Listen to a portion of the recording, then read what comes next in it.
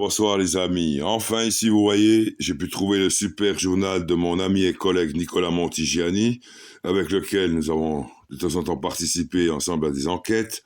Et c'est parfait comme toujours, comme vous voyez, super graphisme, super desktop publishing et PAO, vous voyez ici les sujets. Alors évidemment, il parle des astéroïdes, et là je suis spécialement formé, j'avais suivi la Planetary Defense Conference de 2015 par vidéo interposée pendant une semaine, et ce que je peux dire, j'ai pas encore tout lu, mais il y a 4 technologies, dont une ou deux qui sont en train de... Vous avez vu les impacts là sur l'astéroïde, ils sont en train d'essayer d'expérimenter. Nous avons les Asgard aussi, qui dans le système solaire ont installé des systèmes de détection. Mais encore, il en passe toujours, qu'on ne voit pas. Hein. Vous avez l'équivalent de 1000 milliards de comètes et d'astéroïdes dans le nuage de Oort, duquel nous faisons partie. Dieu. Ah, je vous avais coupé la vidéo. Bref, donc 1000 milliards de comètes et d'astéroïdes. Et ce que je voulais dire, alors voilà, nous avons 4 technologies actuellement à l'essai. Et ça continue. Ensuite ici, si je regarde les sujets, comme toujours, c'est très intéressant. Lady Di, comme disait la reine qui est décédée récemment, si vous voulez mon avis, il y a quelqu'un qui a dû s'occuper des pneus de sa bagnole. Hein, voilà. Et ici, alors... la Lune, ok. Et ça, le Christ, je peux vous expliquer exactement ce qui s'est passé. Je vais vous le dire. Le Christ, dont le surnom était Ichthus,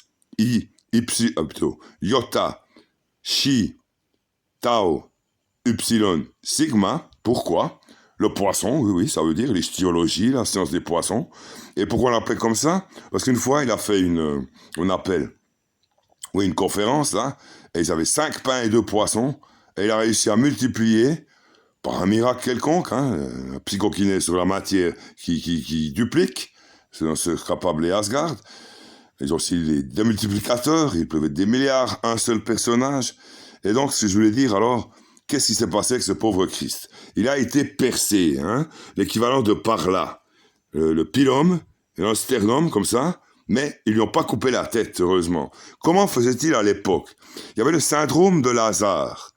Et j'ai inventé le syndrome anti-Lazare. Qu'est-ce que c'était? Le Christ avait vu que Lazare s'était fait aussi percer. Et comment il faisait? Il mettait le corps dans une petite caverne fraîche. Je rappelle l'état de science que permet la cryo.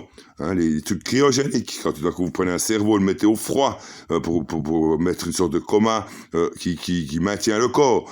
Alors, syndrome anti-Lazare, c'était quoi?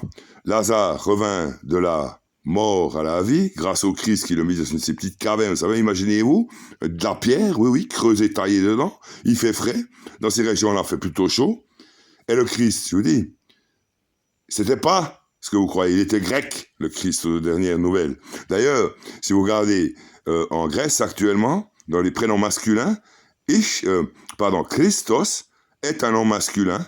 Bon, il y a Christa aussi, ça existe, mais Christos, Christ, voilà, c'est le nom masculin très répandu actuellement. Et si vous voulez, le syndrome anti-Lazare, qu'est-ce qui s'est passé? Lazare va dans la caverne, à perçage, il perd connaissance, perd un peu de sang, puis tout d'un coup, alors, qu'est-ce qui s'est passé? Oui, ça s'appelle une coagulation, phénomène biologique standard, reprise des esprits du corps, de la conscience, et il sort gentiment de la caverne. Mais le pauvre Lazare, le problème qu'il y a eu, c'est qu'il y avait des types qui étaient jaloux qu'il puisse arriver à cela, et ils le tuèrent à nouveau. Donc j'appelle ça le double meurtre, de tuer la vie, ça. Voilà, c'est syndrome anti-Lazare, c'est moi qui ai inventé ça, Marc Wittmann. Et donc le Christ, pour revenir à son histoire, c'était un grec. Il a monté à l'époque en Palestine, on peut dire. Ouais, la région, là.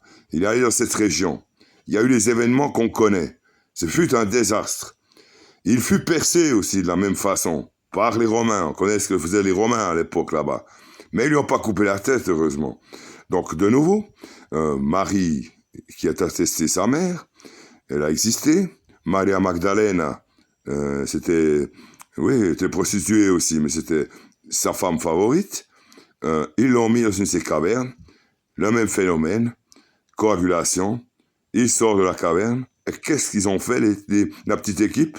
Avec un petit bateau, ils ont longé la Méditerranée et sont arrivés à Massilia à l'époque, époque romaine. Vous savez bien ce que c'est, vous les Français, c'est Marseille. Et voilà, ils vécurent là pendant un moment à Marseille, et un des descendants directs génétiques du Christ fut Clovis Ier, roi des Francs, bien avant Carlos Magnus, Charlemagne. Votre Charlemagne, dont on dit qu'il était une sorte d'organisme cybernétique, je l'ai vu une fois à la télé, puis il a dit la vérité. C'est lui qui impose à l'école à tous les Français, les petits Français que vous êtes. Alors, chers amis, c'est tout pour ce soir, mais sachez que ce journal est vraiment superbe. Avant, il s'appelait Science et Inexpliqué, maintenant c'est Inexpliqué. Et moi, quand j'étais petit, j'avais aussi un autre journal dans les années 70, un peu dans le noir, avec aussi des phénomènes, qui s'appelait Inexpliqué. C'était les éditions Atlas. Voilà. Alors, chers amis, bonne soirée, bonne nuit, tout bon, faites bien. Ciao, Zama.